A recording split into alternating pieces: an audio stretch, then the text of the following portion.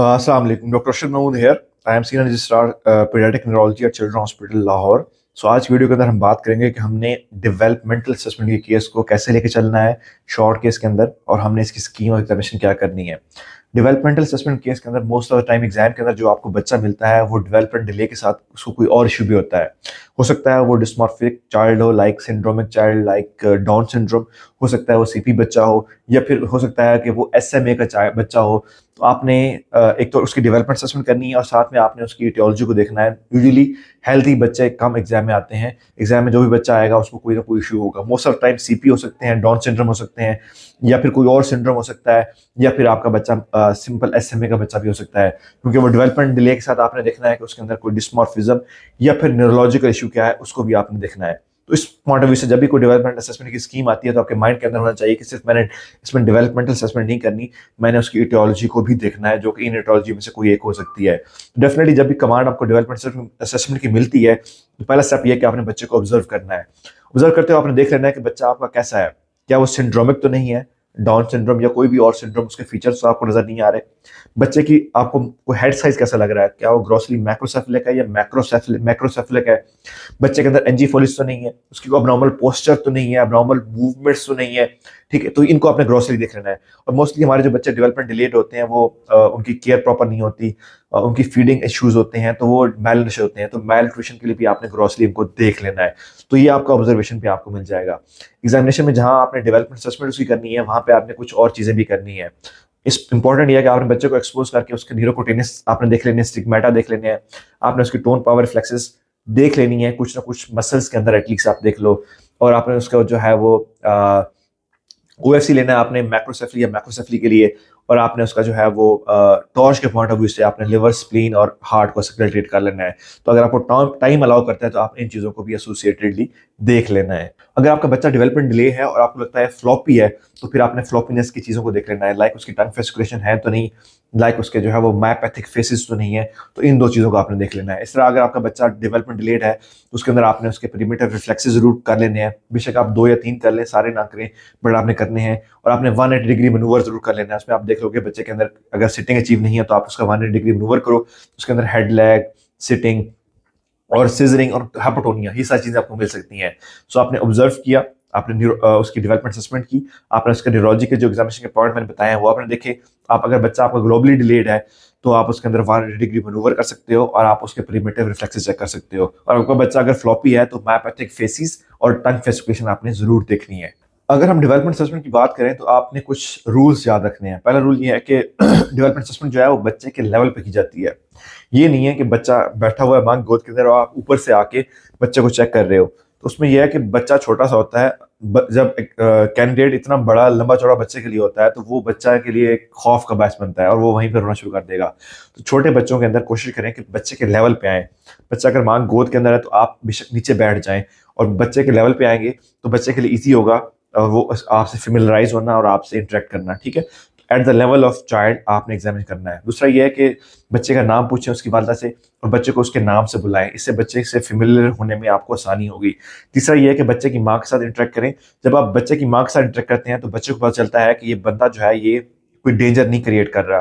ठीक है, तो आप जब उसकी माँ से बातें करते हैं तो बच्चा भी आपके साथ फेमिलियर हो जाता है और वो लेस चांसेस है कि बच्चा फिर रोना शुरू कर दे। ठीक है, आपने बच्चे को नाम से बुलाना है, बच्चे के लेवल पे आके बात करनी है, बच्चे की माँ से बात करना है और बच्चे की माँ की हेल्प लेनी है। ठीक है, किसी भी काम करने में तो बच्चे की माँ की हेल्प बहुत जरूरी होती है। आपने माइलस्टोन्स जो है कोशिश करनी है कि बच्चा जब छोटे बच्चे में खासतौर इसकी एज 1 ईयर उससे कम होती है, बच्चे की गोद के अंदर जब माँ की गोद के अंदर है तो कुछ जो माइलस्टोन आपने वहीं पे करने हैं वो कर लेने हैं। लाइक आप उसकी जो हेयरिंग है वहीं पे चेक कर सकते हो, लाइक उसकी विजन के माइलस्टोन है वहाँ पे आप बैठे बैठे चेक कर सकते हो, उसकी फाइन मोटर आप वहीं पे कर सकते हो। तो अगर आप शुरू में उसको ग्रास मोटर करना शुरू करा देंगे, उठा के चलाना शुरू कर देंगे तो हो सकता है कि बच्चा रोना शुरू कर दे। तो आप कोशिश करें कि जो माइलस्टोन आपके जो बच्चे की मांग गोद के अंदर हो सकते हैं वो पहले कर लें। लाइक उसकी हेयरिंग, लाइक उसकी विजन है, लाइक उसके जो फाइन मोटर है वहीं पे कर लें और उसके बाद उसकी फिर ग्रास मोटर वो चीज़ें करवा लें आपकी इसकी।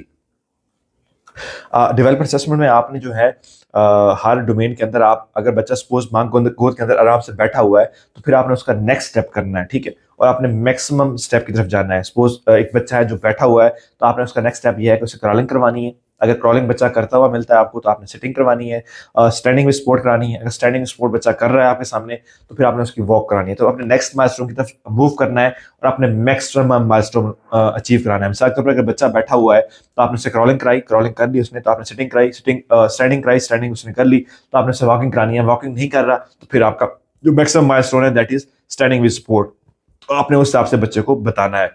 तो हर डोमेन में आपने ऐसा ही करना है। फिर आपने जब एंड पे आपने बताना है कि मेरे बच्चे के अंदर जो है वो उसकी जो डेवलपमेंटल एज है ग्रास मोटर में इतनी मंथ की है, फाइन मोटर में इतने मंथ की है, सोशल में इतने मंथ की है, हेयरिंग उसकी इतनी है, विजन उसकी इतनी है। तो आपका आंसर आपके इस तरह होगा कि उसकी जो है वो क्रोनोलॉजिकल एज तो इतनी है बट डेवलपमेंटल एज इस माइलस्टोन में इतनी है, इस माइलस्टोन में इतनी है, इस माइलस्टोन में इतनी है। तो ये आपका फाइनल आंसर होता है। मेनली हमारी जो 4 डोमेन्स बड़ी इंपॉर्टेंट है, इसके अंदर ग्रास मोटर है, फाइन मोटर है, सोशलाइजेशन एंड कॉग्निशन है और स्पीच है, ठीक है। और हियरिंग एंड विजन भी हम इसके अंदर असेस करते हैं। अगर हम ग्रास मोटर माइलस्टोन की बात करें तो बच्चे के अंदर जो है वो डिफरेंट एज के ऊपर डिफरेंट जो माइलस्टोन्स आते हैं इंपॉर्टेंट जो आपने याद रखने हैं, उसके अंदर मैं बता देता हूँ कौन कौन से हैं। पहला है नेक होल्डिंग। बच्चे की इंडिपेंडेंट नेक होल्डिंग है तो ये 4 मंथ पे आ जाती है। 5 मंथ के ऊपर बच्चा जो है वो प्रोन टू स्पाइन हो जाता है। अगर प्रोन लेटा होगा तो स्पाइन हो सकता है। 6 मंथ्स का जो बच्चा होता है आपका वो सिटिंग होती है उसकी विद सपोर्ट, कि उसके पीछे वो तकिया वगैरह रख लें तो वो बैठ जाएगा या अपने हाथों को आगे रख के बैठ जाएगा। और जो है 7 to 8 मंथ का बच्चा जो है विदाउट सपोर्ट बैठ जाएगा, ठीक है। 9 मंथ पे वो क्रॉलिंग शुरू कर देता है। 11 मंथ पे वो क्रूजिंग करता है। क्रूजिंग क्या होता है कि आप फर्नीचर को पकड़कर चलना शुरू कर देते हो। 1 ईयर पे वो फिंगर को पकड़ के चलता है। और 15 मंथ पे वो इंडिपेंडेंट वॉक शुरू कर देता है। 18 मंथ का बच्चा जो है वो रनिंग करना शुरू कर देता है। और 18 मंथ का बच्चा जो है वो स्टेयर्स में अप और डाउन आता है बट क्रॉल करते हुए या 1 स्टेप के ऊपर 2 फीट रख के ऊपर जाएगा। 1 फीट पे एट ए टाइम नहीं रखेगा या स्टेप, यानी एक सीढ़ी के ऊपर चढ़ेगा, दोनों पाँव रखेगा और फिर अगली सीढ़ी पे चढ़ेगा, दोनों पाँव रखेगा, फिर अगली सीढ़ी पे जाएगा। तो एट ए टाइम जो है वो टू स्टेप में, यानी कि एक सीढ़ी पे रख के फिर ऊपर नीचे जाएगा। 2 इयर्स का बच्चा जो है वो रनिंग करता है, फुटबॉल किक मार सकता है और वो फर्नीचर के ऊपर भी चढ़ जाता है। और अगर स्टेयर्स की बात करें तो वो एट अ टाइम 1 फीट जो है वो स्टेप पे रख के ऊपर जा सकता है बट नीचे आते हुए वो 2 स्टेप्स एक स्टेप के ऊपर रख के नीचे उतरेगा, ठीक है। 3 ईयर का बच्चा जो है वो वन स्टेप ऊपर और नीचे दोनों आ सकता है, यानी सीढ़ी के ऊपर चढ़ते हुए भी एक स्टेप के ऊपर एक पाँव रख के ऐसे चढ़ जाएगा और नीचे भी वैसे ही आ सकता है। मतलब 2 स्टेप्स रखने की जरूरत उसको नहीं होती। 3 ईयर का बच्चा जो है वो 3 है तो ट्राईसाइकिल भी चला लेता है।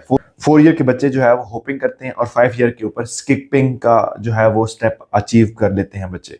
अगर हम फाइन मोटर स्किल की बात करें तो 3 मंथ्स का बच्चा जो है वो अपनी पाम को ओपन करता है। उससे पहले उसकी पाम बच्चे जो पाम जो होती है वो बंद ही रखता है।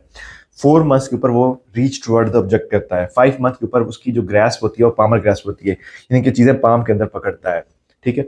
और 6 मंथ्स के ऊपर वो ट्रांसफर करता है ऑब्जेक्ट, अपने हाथ से दूसरे हाथ में ट्रांसफर करना शुरू कर देता है, ठीक है।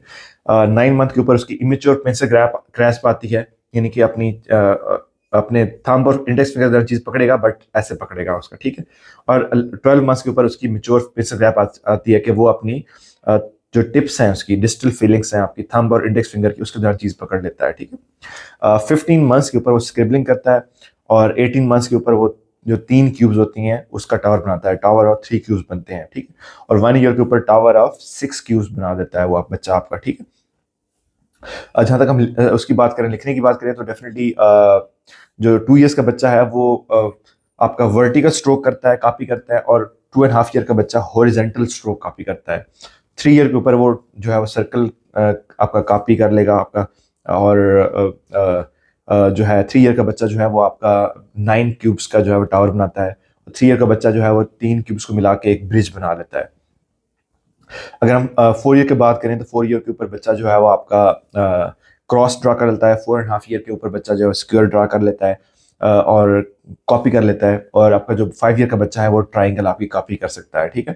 4 ईयर का जो बच्चा होता है वो 5 क्यूब्स का गेट बना सकता है, यानी 2 क्यूब्स एक साइड पे रख के 2 क्यूब एक साइड पे रख के और एक क्यूब ऊपर रख के वो उसका गेट बना लेता है। तो ये डिफरेंट एज की हमारी जो है वो फाइन मोटर स्किल्स हैं।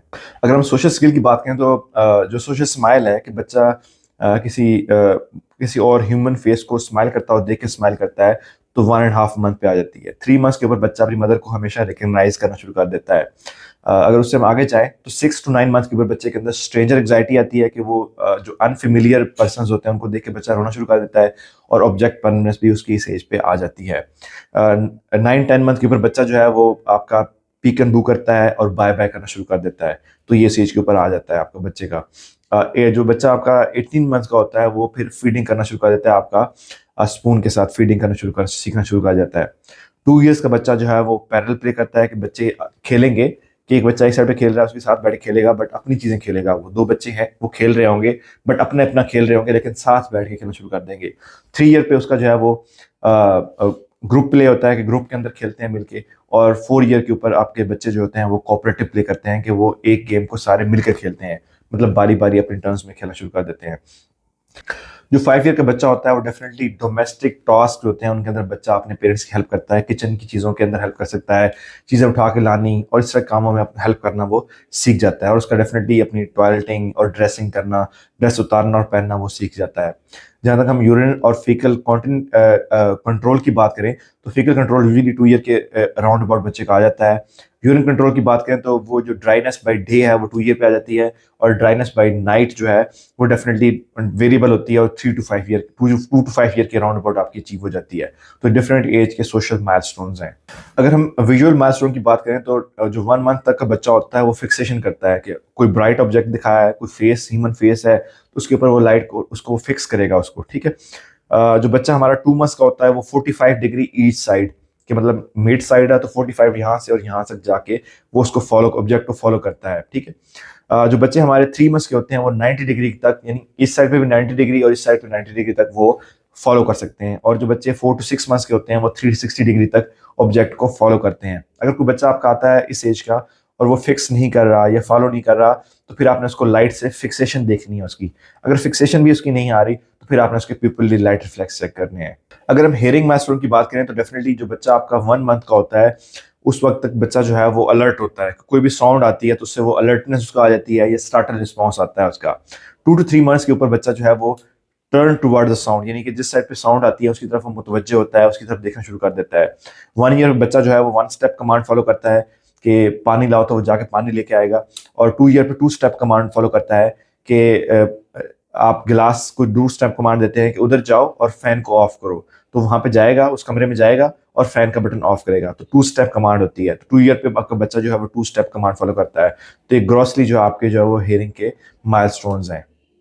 ये डिफरेंट माइलस्टोन्स से जो आपने असेस करने हैं और इसके अकॉर्डिंगली आपने बताना है कि आपके बच्चे की जो डेवलपमेंटल एज है वो किस डोमेन में कितनी है। और आपने डेफिनेटली उसका न्यूरोलॉजिकल एग्जामिनेशन करना है, उसको न्यूरोकुटेनियस के लिए देखना है, उसके जो है न्यूट्रिशन को चेक करना है। और अगर बच्चा आपका ग्रॉसली डिलेड है तो आप उसका 180 डिग्री मनूवर और पेरीमीटर रिफ्लेक्सेस भी कर सकते हो। और जैसे ही आप जिस तरह की आपको न्यूरोलॉजिकल फाइंडिंग मिलती है उसके अकॉर्डिंगली आप उसका एग्जामिनेशन भी कर सकते हो। लाइक अगर उसकी जो है वो स्पासिटी मिल रही है आपकी तो आप डेफिनेटली उस पॉइंट ऑफ व्यू से आपको उसका OFC लोगे, आपकी उसकी टोन पावर रिफ्लेक्सेस चेक करोगे। अगर बच्चा आपका फ्लॉपी है तो उसकी टंग फेस इक्वेशन देखोगे, उसकी जो उसकी फ्लॉपीनेस की अदर काज होती हैं लाइक उसके जो मायोपैथिक फेसेस हैं वो आप देखोगे और उसका बताओगे आपको। तो इस तरह आपका एग्जामिनेशन जो है वो कंप्लीट होता है। Thank you.